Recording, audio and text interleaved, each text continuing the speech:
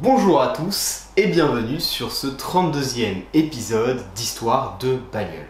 Et aujourd'hui on va s'attaquer à un monument de l'histoire de l'automobile puisque je vais vous parler de la Bugatti Veyron.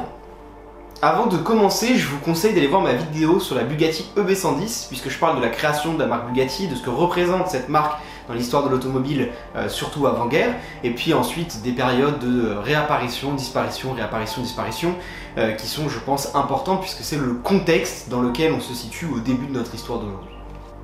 Maintenant que vous avez vu cette vidéo, vous savez que Bugatti est une marque légendaire d'avant-guerre qui a été réanimée en 1991 grâce à l'EB110 et qui va à nouveau disparaître à la fin des années 90, et c'est là que commence notre histoire.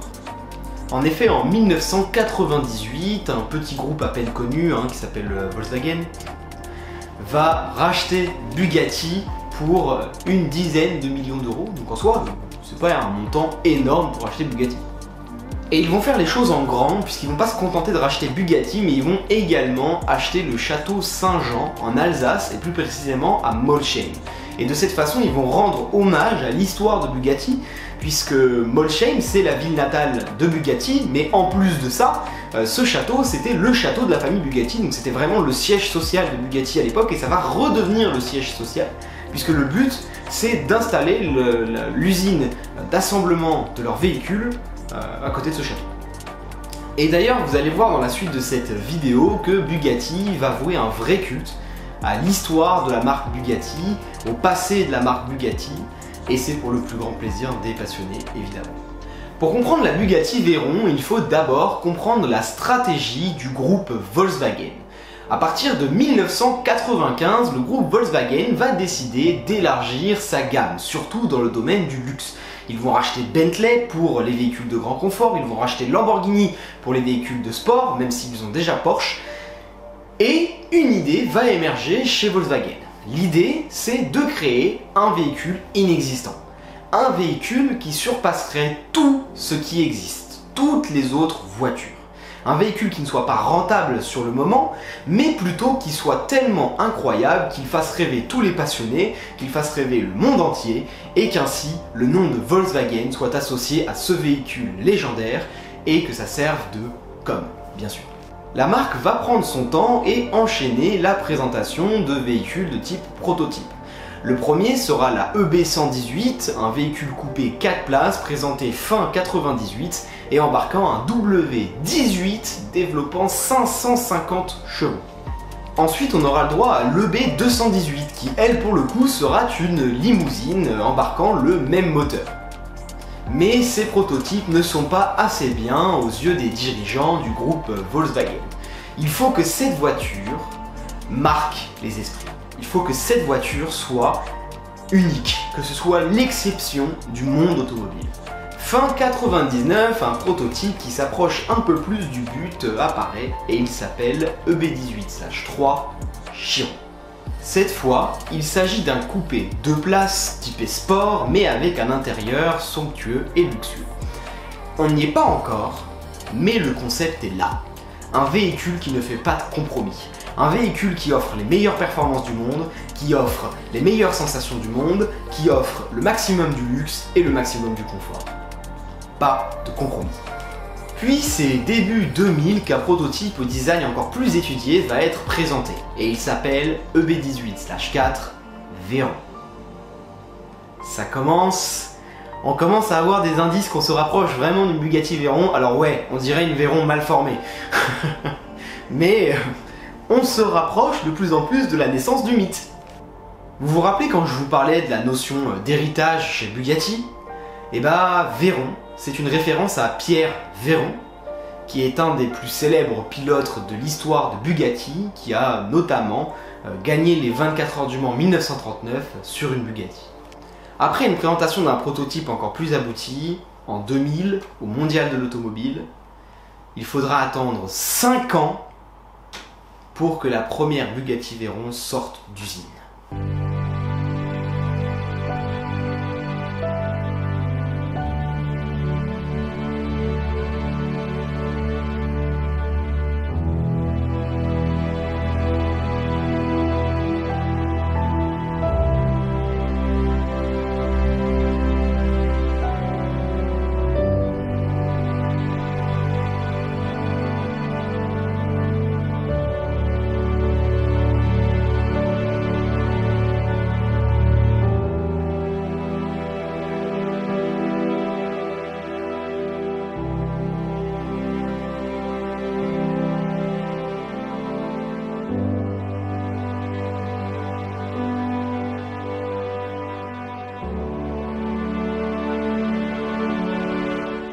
Alors, par où commencer?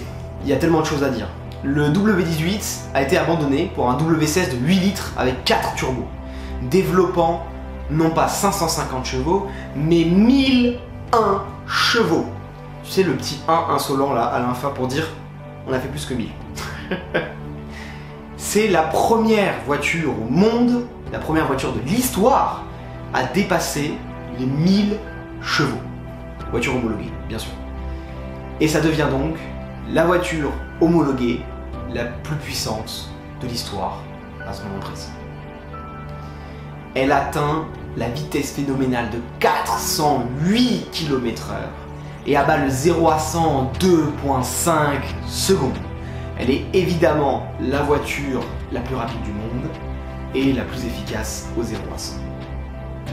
Le tout dans un luxe et un confort digne d'une Rolls-Royce. Mesdames, messieurs, ils l'ont fait. Volkswagen vient de révolutionner le monde de l'automobile. Mais ça, on y reviendra en fin de vidéo. Niveau design, il y a encore des choses très intéressantes à dire. Déjà, malgré un design moderne pour l'époque, Bugatti arrive à rappeler les véhicules d'avant-guerre. Les véhicules qui, pour les moins anciens, ont 50 ans en 2000. Et on retrouve du coup pas mal d'éléments, comme par exemple la calandre en fer à cheval, le code de couleur Biton, le C sur le profil de la voiture, c'est déjà pas mal. Et tout ça, c'est des petites refs à l'histoire de Bugatti. On peut également parler de l'aérodynamisme, avec par exemple cet énorme aileron rétractable qui se déplie à partir d'une certaine vitesse et d'une certaine puissance d'accélération. Alors autant il y a beaucoup de voitures sur lesquelles l'aileron, bon, c'est plus pour le fun qu'autre chose, autant là, l'aileron, s'il n'y a pas, la voiture elle décolle. Donc c'est pas mal d'avoir un aileron, ça, c'est bien. Et en plus de ça, cet aileron fonctionne comme aérofrein. À l'époque, c'est complètement fou. Donc l'aérofrein, pour ceux qui savent pas, c'est l'aileron qui vient se mettre en position perpendiculaire par rapport à la route, enfin quasiment perpendiculaire, et donc qui vient faciliter le freinage en prenant une grosse prise au vent. Bref, c'est une merveille de technologie qui épatera absolument tout le monde. Mais le problème de cette voiture, c'est qu'elle n'est pas rentable. Alors là, vous allez me dire, non mais c'est pas possible.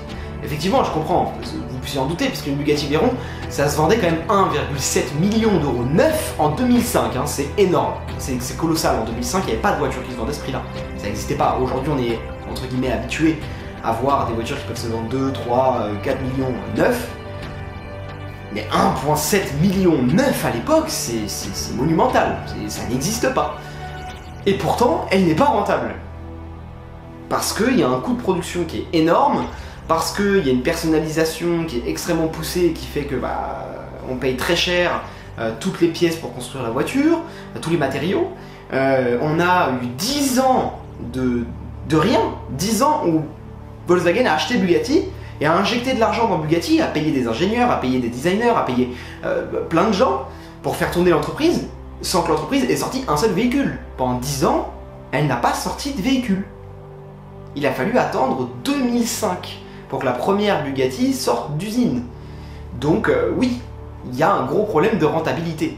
Mais, comme je le disais avant, l'idée de Volkswagen n'était pas de faire du rentable sur le coup, c'était de donner une image au groupe Volkswagen, et ça, ça a fonctionné. Ça a fonctionné. Afin de mieux vendre ses Veyron, Bugatti va proposer des personnalisations extrêmes et carrément des éditions spéciales. Rien que pour la première génération de Bugatti Veyron, il y aura 7 éditions spéciales. Ah, oups, je viens de vous spoil. Ouais, il y a eu plusieurs générations. D'ailleurs, en 2008, Bugatti va commencer par dévoiler la Bugatti Veyron Grand Sport.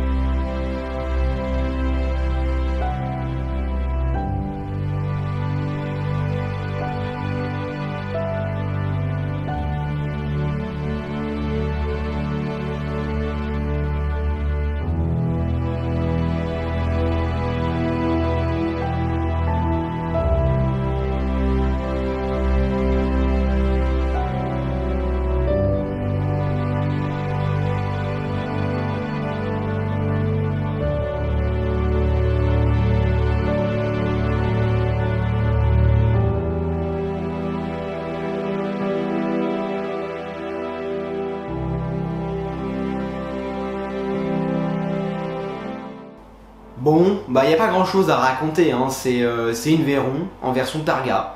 Donc évidemment c'est du coup le cabriolet le plus rapide du monde, c'est le cabriolet le plus puissant de l'histoire de l'automobile, voilà.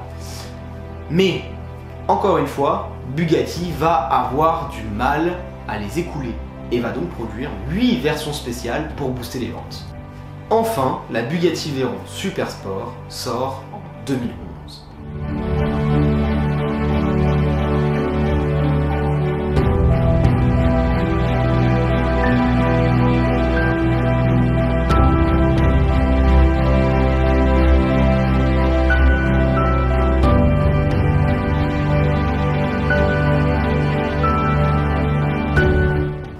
Elle aura bien évidemment le droit à un petit coup de jeune, comme vous avez pu le constater. Mais surtout, la puissance va passer à 1200 chevaux. Rien que ça. De la Veyron normale, c'était pas assez. 1200 chevaux, donc bien évidemment, voiture la plus puissante au monde, encore une fois. Et puis qui dit 1200 chevaux, dit forcément plus rapide. Donc 431 km/h, record du monde, tout va bien. Bon. Le petit bémol, c'est que à 431 km/h, il faut des pneus spéciaux et les pneus normaux de la Bugatti Veyron ne tiendront pas le choc, donc il faut limiter la vitesse à 415 km/h sur la route. C'est vrai que de toute façon, on a souvent l'occasion de rouler à 415 ou 431 km/h sur la route, donc bon, pourquoi pas. 5 exemplaires auront droit à une livrée spéciale nommée World Record Edition. Et encore une fois, pour améliorer ses ventes, Bugatti va proposer 3 éditions spéciales en plus de la World Record Edition. Un an plus tard, en 2012, Bugatti va présenter la dernière version de la Veyron, la Bugatti Veyron Grand Sport Vitesse.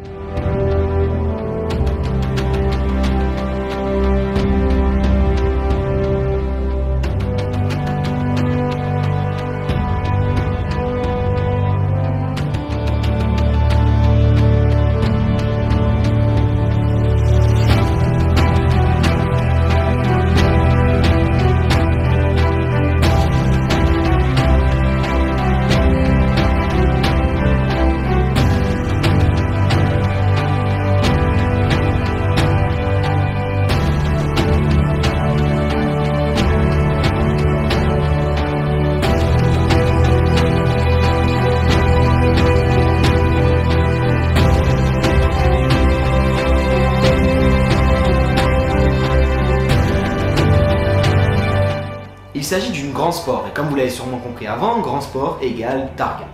Mais Grand Sport Vitesse signifie qu'on a aussi des éléments de la Super Sport. En fait, on va retrouver la calandre avant, on va retrouver un peu du pare-choc arrière, et on va surtout retrouver le moteur de la Super Sport.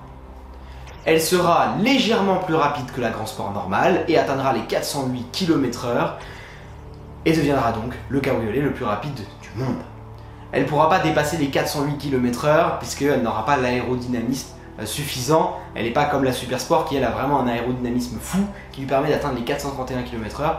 La vitesse, le fait de passer en cabriolet fait que forcément on perd en aérodynamisme. Au final, la Bugatti Veyron, c'est 450 exemplaires, toutes versions confondues.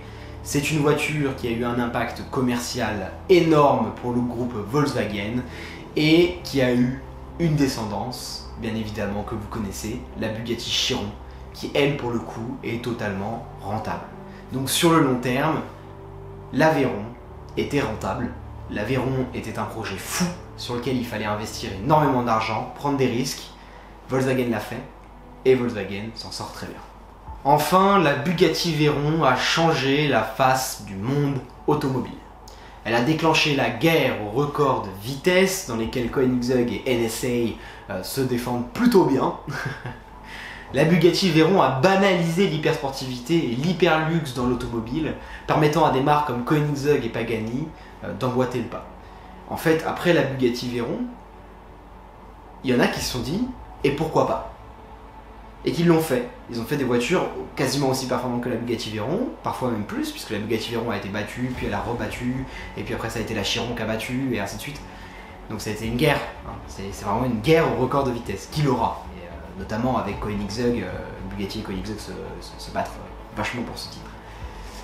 Et puis on a aussi des marques comme Pagani qui sont complètement différentes et qui elles se sont dit mais on peut oser aller plus loin, on peut oser faire des véhicules quasiment uniques que des mecs seront prêts à acheter des millions, parce que pour que ce soit rentable, il faut qu'il y ait des mecs qui soient prêts à acheter des millions. Et donc, en fait, il y a eu un nouveau secteur de l'automobile, tout simplement, qu'on peut appeler hypercar. Voilà. Je pense pas que l'Aveyron soit la première hypercar, en tout cas pas à mes yeux. Je pense qu'il y en a eu d'autres avant, d'une autre façon. Mais c'est l'Aveyron qui a totalement banalisé cette chose-là. Et bien que je sois personnellement épaté par cette voiture, comment ne pas l'être en même temps, me direz-vous, eh bah, je ne peux m'empêcher de constater les effets négatifs de la Bugatti Veyron sur le monde automobile. Bien qu'impressionnante, la Bugatti Veyron ne sera jamais une voiture de piste. Elle est impressionnante par les chiffres qui sont donnés, et c'est des chiffres qui sont valables en ligne droite. Et dès qu'il y a des virages, la Bugatti Veyron ne sera pas la voiture la plus adaptée. Et on a des voitures beaucoup moins impressionnantes, des voitures bien moins chères, qui seront capables de battre une Bugatti Veyron sur un circuit. Le problème, c'est que depuis la sortie de la Bugatti Veyron, et donc avec elle le début de la course au record de vitesse, et ben beaucoup ont oublié ce qui faisait d'une voiture passionnelle une voiture passionnelle. Une voiture passionnelle, c'est pas uniquement des performances sur un papier, c'est aussi les sensations, c'est aussi le son du moteur, c'est aussi le design, c'est aussi les performances en virage et en ligne droite, pas uniquement en ligne droite. Et au final, la Bugatti Veyron, je l'aime et je la hais. Je l'aime pour ce qu'elle est, parce qu'elle est incroyable, et jamais je dirais le contraire. C'est une voiture magnifique, c'est une voiture qui a battu tellement de choses, tellement de records, qui a apporté tellement de choses technologiques dans le monde de l'automobile, qu'elle est incroyable. Mais je la hais pour ce qu'elle a fait de l'automobile. Après ce petit discours philosophique, on va pouvoir parler prix, si vous voulez bien. Donc une Veyron 16.4, alors voilà, on va faire un truc, parce que je n'ai pas expliqué pour l'instant je crois. Les gens disent Veyron 16.4, Veyron Grand Sport, Veyron Super Sport, Veyron Grand Sport Vitesse. En réalité, toutes les Veyrons sont des 16.4. Voilà, c'est tout ce que je devais dire. Du coup, quand on dit Veyron 16.4, c'est juste que c'est Veyron 16.4 tout court. Mais en vrai, on devrait dire Veyron 16.4 Grand Sport, Veyron 16.4 Super Sport, Veyron 16.4 Grand Sport Vitesse, et ainsi de suite. Donc voilà, pour la Veyron de base, donc, on va dire ça comme ça, ce sera mieux. Ça vaut entre 1 million et 1,5 million. Pour la Veyron Grand Sport, c'est 2 millions environ. Pour une Veyron Super Sport, c'est environ 1,5 et 2 millions d'euros. Et pour une Veyron Grand Sport Vitesse, c'est entre 1,5 et 2 millions d'euros. Pour les éditions spéciales, voilà, j'ai pas trouvé de vente. Et puis je pense que ça dépend de l'édition de laquelle on parle, parce qu'il y a des éditions qui ont été faites en plusieurs exemplaires, il y a des éditions qui ont été faites en un seul exemplaire, il y a des éditions sur Veyron 16.4, des éditions sur Veyron Grand Sport, des éditions sur Veyron Super Sport, des éditions sur Veyron Grand Sport Vitesse. Donc voilà, donc ça va vraiment dépendre de l'édition dont on est en train de parler. Et je pourrais pas vous donner par exemple ce que j'ai cherché, c'est le record de vente d'une édition spéciale, j'ai pas trouvé. Voilà, j'ai pas trouvé. Donc désolé, je pourrais pas vous dire vos éditions spéciales. Bon, et ben on arrive à la fin de cette vidéo sur la fameuse, la célèbre Bugatti Veyron. Et j'espère que tu as kiffé cette vidéo. Si c'est le cas, n'hésite pas à t'abonner, laisser un petit pouce bleu, un petit commentaire. D'ailleurs en commentaire, tu peux toujours, comme d'habitude, me demander de faire une vidéo sur un véhicule qui te plaît. Et puis bah voilà. Salut!